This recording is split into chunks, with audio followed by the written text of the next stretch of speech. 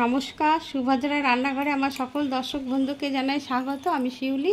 আজকে দেখো আমি একটা রেসিপি নিয়ে এসেছি, সেটা হচ্ছে পনির বানাবো। আলু দিয়ে পনির বানাবো। তার জন্য আলুগুলো কেটে রেডি করে নিয়েছি। আর একটা মশলা বানাবো, তার জন্য কাজু আর কিশমিশ দিয়ে দিলাম কতগুলো।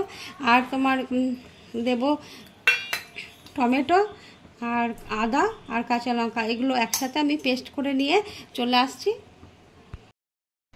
দেখো আমি কড়া বসিয়ে দিয়েছি, কড়াতে তেল দিয়ে দিয়েছি। এবারে আমি আলু কেটে রেখেছি, আলুগুলো তেলের মধ্যে প্রথমে দিয়ে দিচ্ছি, ভেজে তুলে নেব। আমার আলুগুলো দেখো লাল করে একদম ভাজা হয়ে গেছে। এবার আমি আলুগুলো সব তুলে নিচ্ছি। আমি ওই তেলের মধ্যে দেখো কতগুলো গোটা জিরে, গরম মশলা, গোটা গরম মশলা, তেজপাতা, শুকনো লঙ্কা দিয়ে দিলাম ফোড়নের জন্য। একটু ফোড়নটা ভাজা ভাজা হবে, ভারী সুন্দর সুগন্ধ বেরোচ্ছে ফোড়ন দিয়ে। এবার আমি মশলাটা বেটে রেখেছি দিয়ে দিচ্ছি। দেখো আমি এবার এই তেল ছাড়তে শুরু করে দিয়েছি এই মশলাটা। এবার আমি বেসিক মশলা যেগুলো দিচ্ছি, ধনের গুঁড়ো, জিরের গুঁড়ো, হলুদ গুঁড়ো আর কাশ্মীরি রেড চিলি পাউডার, এগুলো আমি একসাথে দিয়ে দিলাম। এবার আমি মশলাটা খুব ভালো করে কষিয়ে নেব। আর মিক্সির জারটা ধোয়া জল দিয়ে দিচ্ছি। ভারী সুন্দর সুগন্ধ বেরোচ্ছে। তোমরা এই রান্নাটা একবার অবশ্যই করবে। যদিও এই রান্নাটা খুবই সহজ, সবারই বাড়িতে নিশ্চয় হয় একবার করে, সবাই বানায়। তবু আমি যেভাবে বানাই তোমরা এইভাবে একবার বানাবে। এবার আমি একটু লবণ দিয়ে দিচ্ছি মশলাটা, স্বাদ অনুযায়ী লবণ দিয়ে দিলাম। আর একটু চিনি দিয়ে দিচ্ছি, কয়েক দানা চিনি দিচ্ছি। আর একটু মশলাটা কষিয়ে নেবো।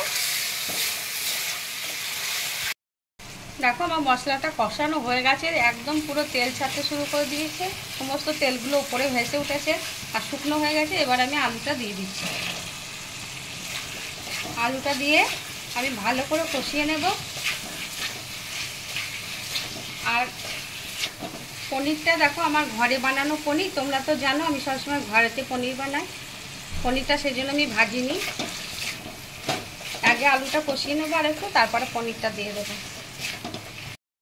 আলুটা কষানো হয়ে গেছে, দেখো চারিধারে তেল বেরোতে শুরু করে দিয়েছি। এবার আমি পনিরটা দিয়ে দিলাম।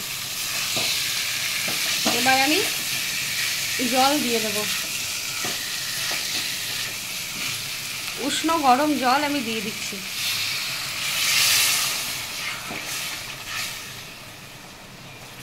আর একটু দেব জল, ব্যাস।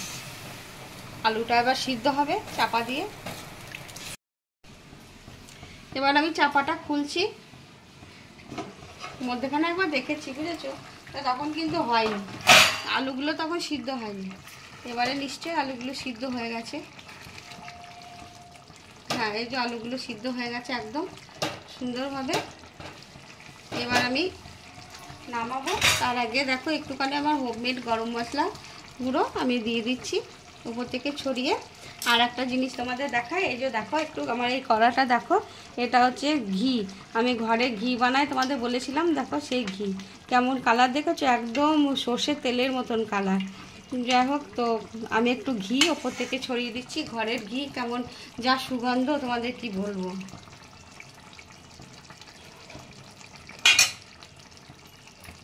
এবারে আমি গ্যাসটা অফ করে দিচ্ছি। গ্যাসটা অফ করে দিয়ে কিছুক্ষণ স্ট্যান্ডিং টাইমের জন্য রেখে দেবো, তারপরে আমি তোমাদের সার্ভ করে দেখাবো। আমার পনির আলু তরকারি রেডি এবং সার্ভ করে দিয়েছি। তোমরা এভাবে একবার অবশ্যই বানাবে। আমি জানি সবাই এই রান্নাটা সবারই বাড়িতেই হয়, তবু আমি যেভাবে বানালাম সেভাবে তোমাদের সাথে একটু শেয়ার করলাম। আর তোমরা সবাই ভালো থাকবে, সুস্থ থাকবে। তোমাদেরকে সকলকে জানাই অসংখ্য অসংখ্য ধন্যবাদ, অনেক অনেক ভালোবাসা। আমার দেশ বা দেশের বাইরে যে সকল বন্ধুরা আমার সাথে আছো, আমাকে সাপোর্ট করছো প্রতিনিয়ত, তাদেরকে জানাই আবার অসংখ্য ধন্যবাদ, অনেক অনেক ভালোবাসা। তোমরা ভালো থেকো। তাহলে আজকের মতো আসি, টাটা।